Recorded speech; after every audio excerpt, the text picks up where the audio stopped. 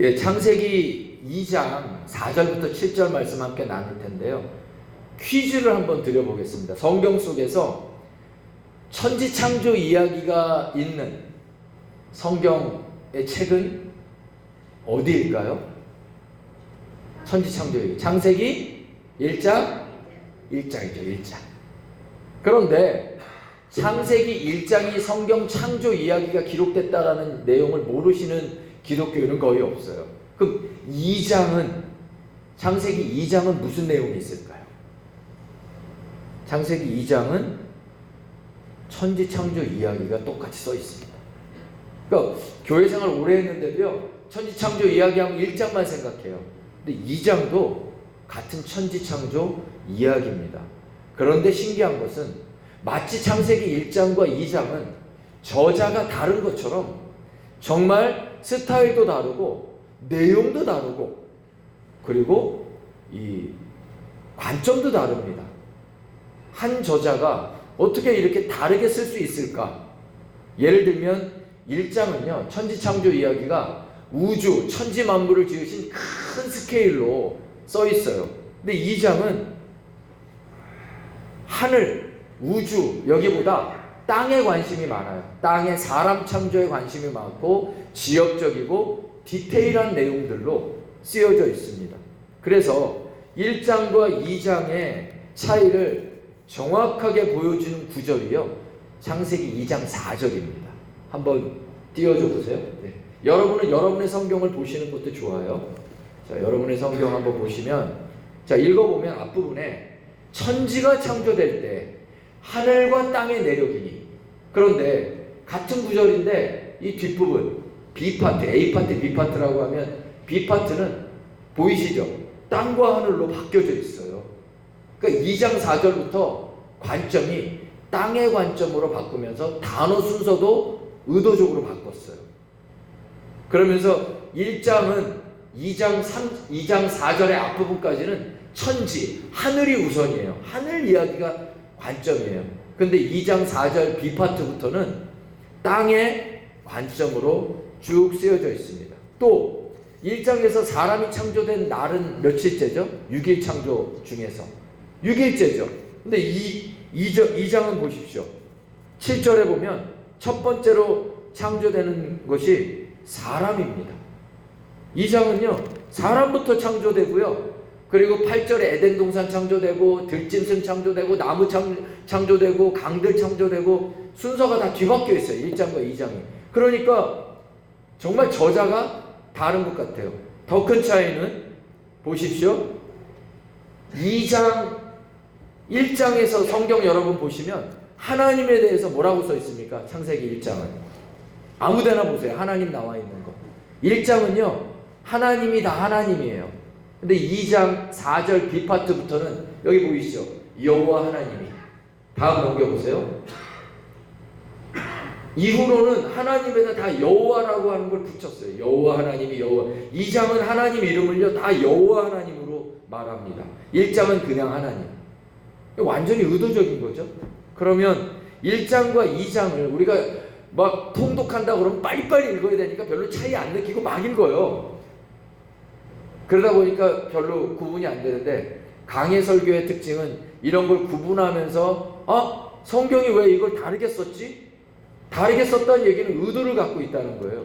그 의도를 파악하면서 성경을 묵상하고 해석하면 우리가 하나님의 뜻이 담긴 성경을 통해 발견할 수 있다는 거죠. 2장은 분명히 1장하고는 다르게 쓰여 있습니다. 1장은 제가 이전에 강해 설교에 수요일날 또 했기 때문에 여러분이 혹시 못 들으신 분은 속초 제일 좋은 교회, 네이버에서 속초 제일 좋은 교회 치시고 강해 설교 그 파트 있으니까 거기 들으시면 1장에 대한 의미는 무엇인지 확인하실 겁니다. 이 2장은 여호와 하나님이라는 거예요. 여호와 하나님. 자, 1장의 하나님은 원문으로 보면 엘로힘입니다. 그냥 신이에요. 신이 천지 만물을 창조했다. 근데 2장은 신의 이름을 가르쳐주고 있는 거예요. 여호와라고. 여호와는 출애굽기에 모세에게 하나님이 가르쳐주신 이름이잖아요. 원문에 보면 모음이 없습니다. YHWH 자음 4개만 있어요. 그걸 어떻게 불러야 되지? 자음만 갖고는 부를 수가 없잖아요. 그래서 모음을 붙여본 거예요. 그래서 여호와라고도 하고, 예전에 우리 조용기 목사님께서는 이걸 야훼다라고, 원문에 이 모음을 붙일 때 야훼로 붙이는 게 맞다라고 하는 신학자의 견해를 받아서 야훼라고 하는 걸로 다 바꾼 성경을 읽으셨어요. 그래서 설교할 때 한동안 야훼로 조용기 목사님은 이야기하셨는데, 뭐 여호와든 야훼든 모음을 어떻게 붙이느냐의 차이인데 아무도 모릅니다. 그냥 이 정도 자음에는 여호와, 야훼 이렇게 부를 수 있다는 거예요. 한번 눌러보세요. 뜻은 스스로 있는 자입니다. I am who I am. 나는 나를 존재하게 하는 I am, 자존자이다. 이런 뜻입니다. 여러분, 누군가에게 자기 이름 알려준다라고 하는 건 어떤 의미죠? 관계를 맺겠다는 거예요. 서로 인격적인 관계를 맺겠다는 거예요. 1장은 그냥 신이에요. 기적, 능력, 야 신기하다. 하나님을 처음 믿을 때, 야 하나님은 기적을 주셔, 능력을 주셔. 나 공부도 잘하게 하고, 시험도 잘 치르게 하고, 취업도 하게 만들고, 사업도 잘 되게 하고, 병도 고쳐주고, 이런 능력, 기적, 그런 생각으로 하나님을 믿을 수 있습니다. 그게 1장이에요. 그게 1장의 신앙입니다. 근데 2장으로 들어가서 하나님께서 이름을 가르쳐 주시네요. 무슨 내용입니까? 인격적인 교제를 하자는 거예요. 누군가 자기 이름을 가르쳐 주고 함께 대화를 나눈다는 얘기는, 어디 뭐 여러분 슈퍼 가서, 편의점 가서 제 이름은요 김아론인데요, 제 이름은 남예진인데요, 제 이름은 김혜인인데요 얘기하십니까? 안 해요. 그 장사하시는 분하고 인격적인 교제 안 해요. 농담을 할 수 있어도. 그러나 누군가에게 나의 이름을 이야기한다는 것은 인격적인 만남과 교제를 이룬다는 거예요. 많은 신앙인들이 교회를 다니시는데도 1장에서 신앙이 끝나버립니다. 하나님에 대해서 하나님은 그런 분이야, 기적의 하나님, 능력의 하나님, 그렇게 생각하고 하나님과 인격적인 교제, 인격적인 만남, 여호와로 만나는 신앙까지 가지 않고 신앙을 멈춰 있는 분들이 많다라는 것입니다. 사랑하는 성도 여러분, 인격적으로 주님 만나시기 바랍니다. 왜 만나야 될까요? 하나님이 원하시는 게 있어요. 인격적으로 예수님과 하나님을 만나면 교제가 시작되잖아요. 교제가 시작되면 성경 말씀이 그렇게 답니다. 네. 읽다 보면 옛날에는 와닿지 않던 게, 야 하나님이 나한테 이렇게 말씀하시는구나. 오늘 되게 달아요 말씀이. 그리고 인격적인 교제가 시작되면 무슨 일이 벌어집니까? 교제가 시작되면 동행이 시작돼요. 왜 인격적으로 주님을 만나야 되는가? 왜 창세기 2장의 신앙까지 가야 되는가? 하나님과 우리가 동행하기 위해서입니다. 하나님과 함께하는 신앙을 살기 위해서예요. 1장의 신앙, 즉 기적신앙. 여러분, 기적이요 자극은 줄 수 있어도요 변화를 일으키지 못합니다. 어떤 남성 신도분이요 예수님을 믿는데 담배가 안 끊어지는 거예요. 계속 담배를 피면서. 그래서 담배를 좀 끊고 싶다라고 결심을 해도 자꾸 안 되고 그러다가 어느 날 그냥 그런 식으로 신앙생활을 했어요. 끊지 못하고. 그 밤에 이제 운동 삼아 산책을 동네를 하고 있는데 포장마차가 이렇게 불이 켜져 있는 거예요. 근데 그 안에 사람들이 가리개가 있으니까 이렇게 그림자로 실루엣으로 보였단 말이에요. 그냥 지나가고 아무 생각 없이 보는데 깜짝 놀란 거예요. 그 그림자 실루엣 한 남자가 포장마차 안에서 담배를 피면서 있는데, 그게 자기가 딱 보는 순간에 뿔이 2개 난 마귀가 자기를 노려보면서 담배를 피우고 있는 거예요. 얼마나 그게 생생하고 무섭고 놀라웠던지 그거 보고 나서 번개같이 피하고 돌아와서, 야 이거는 하나님이 나한테 보여주신 거구나. 얼른 담배 끊으라고. 어떻게 지나가다가 그게 마귀로 보이고 그 그림자가, 그리고 나를 막 노려보는 그 눈빛이 너무 생생해갖고 무서워서 내가 어른인데 도망칠 수 있었냐. 이건 하나님이 하신 기적이다 라고 생각을 하고 그 담배를 끊어야겠다고 결심하고 정말 끊었어요. 그렇게 끊고 이후에 막 담배가 끊어도 저는 이제 안 펴서 몰라보는데 계속 피고 싶잖아요. 유혹을 받잖아요. 볼 때마다 마귀의 그 도라리고 있는 눈빛이 막 떠오르니까 겁이 나서 못 피겠는 거예요. 근데 사람 참 신기하죠? 한 달 정도 딱 지나니까 기억력이 흐릿해져요. 담배를 보는데 마귀 생각이 안 나요. 사람이요, 기억력이요, 시간이 지나면 사라집니다. 그러니까 자꾸 유혹을 받는 거예요. 아, 이거 어떡하지? 결국은 어느 순간 유혹을 참지 못하고 또 흡연을 하게 되셨어요. 무슨 얘기냐면, 기적은요, 자극은 될 수 있어요. 어느 순간에. 그러나 변화시키지 못합니다. 변화시키는 것은 기적이 아니에요. 여러분 중에 성령의 은사 받으신 분도 많을 거예요. 어떤 분은 방언도 하고, 어떤 분은 통역도 하고, 어떤 분은 믿음의 은사가 있고, 어떤 분은 병 고치는 은사도 있고. 근데 은사가 있다고 그래서, 방언을 한다고 그래서 이 사람이 믿음의 수준이 이만큼 올라가 있는 사람입니까? 은사는요, 카리스마예요. 선물이에요. 원어로 그냥 선물. 하나님이 선물 주신 거예요. 어떤 분은 교회 처음 와서도 은사를 받아요. 교회 10년 다닌 분도 못 받는 은사를, 방언의 은사를 그날 기도하고 받아요. 어린애인데도 받아요. 무슨 믿음이 있겠어요? 무슨 영성이 있겠어요? 그냥 하나님이 은사로 주시는 거예요. 그게 믿음의 높낮이는 아닙니다. 기적, 역사, 자극이 되고 그건 하나님 주시는 은혜와 선물이에요. 우리를 진짜 변화시키는 것은 영성이에요.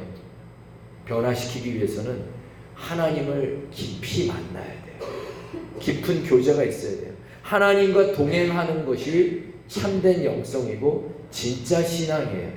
하나님과 동행하는 사람은 변화됩니다. 이러므로 너희 마음을 새롭게 함으로 변화돼요. 변화될 수 있는 것은 바로 창세기 2장까지 들어가야 합니다. 먼저 교회에서 청년회에서 제가 오래 했는데요. 수련회 하면 난리가 납니다. 은혜 받고 뭐 뛰고 찬양하고 뭐 청년들이 그러다가 주일날 딱 와요. 그러면 수련회 딱 하고 왔기 때문에 진짜 막 뜨거워요. 교회에서 보통 일어나서 찬양 안 하는데 청년들이 막 일어나고 찬양하다가 야, 정말 뭐 뜨겁다, 막 변화됐다, 막 그랬는데 한 달 딱 지나고 나면 원래대로 돌아가요. 감정들이 다 식어. 어떤 이 은혜 체험, 기적 체험들은 감정적으로 순간일 때가 많아요. 계기는 될 수 있어요. 자극은 될 수 있어요. 그러나 우리를 변화시키는 것은 창세기 1장이 아닙니다. 2장입니다. 여호와 하나님으로 만나고 인격적인 교제와 주님과 동행하면 신기하게 같이 있으면 닮습니다. 부부가 닮는 건 같이 있기 때문이에요. 우리 교회 성도들이요, 은근히 처음에 개성들이 강했는데 한 올해 6년 차잖아요. 5년 정도 지나니까 저하고 다 영성이 비슷해졌어요. 비슷한 영성으로 가요. 너무 튀지도 않고 너무 열정이 없지도 않고 이렇게. 그러나 무겁게 가시는 분들이 꽤 많아요.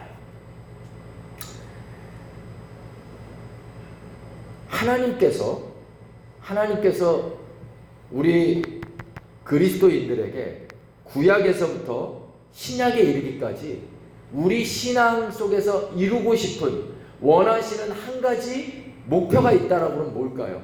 많은 게 있겠지만 딱 한 가지 목표. 하나님이 정말 우리 신앙인들에게 어느 신앙까지 되라라고 하는 목표가 하나 있어요. 그것이 무엇인지 한번 살펴보겠습니다. 자, 구약 성경에 두 번째 책이 뭐죠? 지금 창세기인데 출애굽기예요. 출애굽기의 주제가 뭡니까? 성경 공부하신 분들. 두 글자로. 구원이에요. 출애굽기는 구원 이야기예요. 그럼 출애굽기를 둘로 나눈다. 앞부분 뒷부분 나누면 1장부터 18장까지 출애굽하는 내용이에요. 물리적으로. 애굽의 노예였던 이스라엘 백성을 모세가 출애굽시키는 그런 구원을, 출애굽시키는 구원이에요. 그리고 후반부는 출애굽기 19장부터 마지막 40장까지 시내산에 머물러서 율법을 받고 율법을 통해 하나님 나라 백성으로 계약이 이루어집니다. 율법 계약. 하나님 나라 백성이 되어요. 그래서 전반부는, 출애굽하는 내용인 전반부는 육적 구원이라고 말합니다. 주제가. 후반부는 시내산에서 율법을 통해 세상 백성이었다 하나님 나라 백성이 되니까 영적 구원이라고 말합니다. 여기까지 쉽죠? 그런데 영적 구원을 말하는 출애굽기 후반부에 주된 내용, 율법을 통해 하나님 백성이 되는 그 가지 속에서 주된 내용이 무엇인지 아십니까? 출애굽기 25장부터 40장까지 주된 내용이 다 성막입니다. 성막. 성경 읽다 보면 레위기도 힘들지만은 성막도 바닥을 뭐로 만들고 번제단은 뭐로 만들고 성소 지성소 덮개는 뭐로 씌우고 몇 규빗에 뭘 어떻게 하고 전부 이 건축 내용이랑 지루해요. 지루한데도 그렇게 길게 성막 내용이 쓰여져 있어요. 아니 전반부는 육적 구원, 후반부는 영적 구원. 하나님의 백성 되는 이야기잖아요. 계약을 맺는 거잖아요. 영적 구원의 주된 내용이 성막이라는 것이 무슨 의미입니까? 성막이 뭐죠? 하늘의 하나님이 땅에 이 성막 안에 너희와 함께 거하겠다. 즉 하나님이 우리와 함께 거하시는 처소입니다. 영적인 구원을 말하는 주된 내용이 성막이에요. 즉 구원은 죽어서 천국 간다가 아니라 이 땅에서 예수를 믿고 구원받았다는 것은 이 땅에서 하늘에 계셨던 하나님이 나와 함께 하시는 것이다. 구원은 성막이다. 성막은 하나님이 함께 하신다. 한번 보여줘 보세요. 쭉 쳐줘 보세요. 다 쳐보세요. 예. 이해되시죠? 제가 지금 설명드린 거예요. 전반부 후반부인데 육적 구원, 영적 구원, 성막 이야기. 성막은 하늘에 하나님이 이 땅에 우리와 함께 하신다. 구원은 뭐냐? 하나님이 우리와 함께 계시다. 여기까지는 아시겠죠? 그런데 이 구원이 하나님이 우리와 함께 계시다라는 것을 신약성경 마태복음 1장에서 정확하게 설명해 주고 있습니다. 보여주세요. 자, 신약성경에 보면 마리아에게 천사가 와서 이렇게 얘기했어요. 같이 한번 읽어볼까요? 시작. 아들을 낳으리니 그 이름을 예수라 하라. 이는 그가 자기 백성을 그들의 죄에서 구원할 자이니. 아들을 낳을 거야 마리아야. 이름을 예수라고 줘. 예수의 뜻은 구원이야. 그러면서 그 밑으로 내려가서 23절에 설명을 하는 거예요. 왜냐하면 구약 성경에 예언되어 있거든. 이렇게 예언되어 있다. 한번 읽겠습니다. 시작. 처녀가 잉태하여 아들을 낳을 것이요 그의 이름을 임마누엘이라 하리라 하셨으니 이를 번역한즉 하나님이 우리와 함께 계시다 함이라. 조금 이상하지 않습니까? 천사가 아들을 낳을 거야 이름을 예수라고 줘 해놓고, 왜냐하면 구약 성경에 예언되어 있거든. 아들을 낳을 것이라 이름을 임마누엘로 바꿨어요. 정말 이사야서에는 이렇게 써있죠. 7장에. 이게 지금 천사가 왜 서로 다른 말을 했습니까? 이 말은 예수라는 말과 임마누엘이라는 말을 천사가 동의어로 설명한 것입니다. 예수의 뜻은 뭐라 했어요? 구원. 임마누엘의 뜻은 뭐예요? 하나님이 우리와 함께 하신다. 즉 구원받는 것은 뭐다? 죽어서 천국 간다. 꼭 그 얘기가 아니라 이 땅에서 쳐보세요. 하나님이 우리와 함께 하시는 것이 구원이다. 출애굽기의 성막하고 똑같습니다. 하나님의 뜻이 뭐라고요? 하나님의 뜻이 우리를 구원하시는데 구원이 뭐냐 하면 하나님이 우리와 함께 하시기를 원하신다는 거예요. 자, 뒷장 한번 넘겨보세요. 자, 그렇습니다. 구약부터 신약까지 하나님께서 우리를 향해 이루시기 원하는 신앙의 한 가지 목표가 무엇이냐? 구약에서는 성막, 하나님의 처소, 이 땅에 내려오셔서 성막에서 함께 계셨어요. 예수 그리스도는 아예 하나님이 성육신하셔서 이 땅에 오셨는데 예수님의 이름을 천사가 임마누엘이라고 말했어요. 구원은 임마누엘, 하나님이 우리와 함께 하신다. 아예 육체로 오셔서 함께 하셨어요. 이제 교회 시대에는 성령을 통해 교회가 시작됐잖아요. 그리고 그 성령이 교회에 머무세요. 성령의 전이에요. 교회는 근데 그 성령의 전이 또 하나 있어요. 너희가 하나님의 성전인 것과 하나님의 성령이 너희 안에 거하시는 것을 너희가 알지 못하느냐. 우리 성도가 성령의 전이 됐다는 거예요. 우리가 교회가 됐다는 거예요. 성령님이 우리를 교회로 만드셨어요. 무슨 얘기입니까? 이제는 하나님이 어디 거하세요? 성령이 우리 안에. 성령이 하나님이시잖아요. 하나님이 우리 안에 거해버리세요. 우리 안에 거하시며 함께 계십니다. 보여주세요. 하나님은 우리와 함께 하기를 정말 원하시고 지금 이 시대에는 성령을 통해 우리 안에 거하신다. 구약에서는 성막으로, 신약 들어갈 때에는 예수님 임마누엘로, 이제 교회 시대인 우리는 성령이 우리 안에 오셔서 함께 거하신다. 하나님께서 구약에서부터 신약까지 우리에게 원하시는 한 가지 신앙의 목표가 무엇입니까? 창세기 2장 1장에서 끝나지 말고 2장 인격적인 만남과 교제를 통해 나와 너희와 함께 하고 싶다. 너희와 함께 하나님과 함께 동행해라. 여러분 창세기 5장에 보면 나중에 강의할 때 조금 말씀드리겠지만 아담의 계보가 나옵니다. 아담의 계보 여러분 잘 아시죠? 성경 읽어보신 분들 뭐라고 써있어요? 아담은 셋을 낳고 800년 지내고 자녀를 낳고 130에 낳고 죽었더라. 몇 세에 누구를 낳고 몇 세까지 살다 죽었다. 전부 그 계보입니다. 쭉 얘기. 그런 얘기를 쭉 얘기해요. 셋은 150세에 에노스를 낳고 에노스를 낳은 후에 807년을 지내며 자녀들을 낳고 912세에 죽었더라. 뭐 이런 내용이에요. 근데 그 중에 5장 21절에 보면 다른 패턴이 하나 있어요. 몇 세에 누구를 낳고 죽었더라 이렇게 돼 있는데 사족이 하나 붙은 게 있어요. 에녹은 여러분 성경 찾으시는 분은 한번 읽어보세요. 창세기 5장 21절 23절에 에녹은 65세에 무드셀라를 낳고 무드셀라 낳은 후 300년을 하나님과 동행하며 자녀를 낳았고 365세를 살았더라. 그러니까 나머지는 몇 세에 누구를 낳고 몇 세까지 살았더라 똑같은데 딱 한 구절이 붙어 있어요. 하나님과 동행하며. 오히려 아담의 계보가 무미건조하기 때문에 더 하나님의 뜻이 확실합니다. 무미건조하게 다 그냥 사는 거예요. 이 땅 그냥 그렇게 살아. 근데 하나님이 원하시는 신앙 무엇입니까? 하나님과 동행하자. 하나님과 동행은 어느 수련회 갔다 반짝하는 게 아니에요. 300년을 동행할 수 있어요. 그건 그냥 잠깐의 감정이 아니에요. 하나님과 300년을 동행했대요. 하나님께서 나와 함께 하자. 여러분 혹시 여러분의 신앙이 창세기 1장에만 머무르셨던 분이 계셨다면 2024년에는 결심하시죠. 하나님이 원하세요. 나와 교제하자. 나와 인격적으로 만나자. 나를 여호와로 만나라. 내가 너와 함께 하겠다. 너와 함께 하면 무슨 일이 벌어집니까? 놀라운 역사가 벌어집니다. 하나님은 전능하시거든요.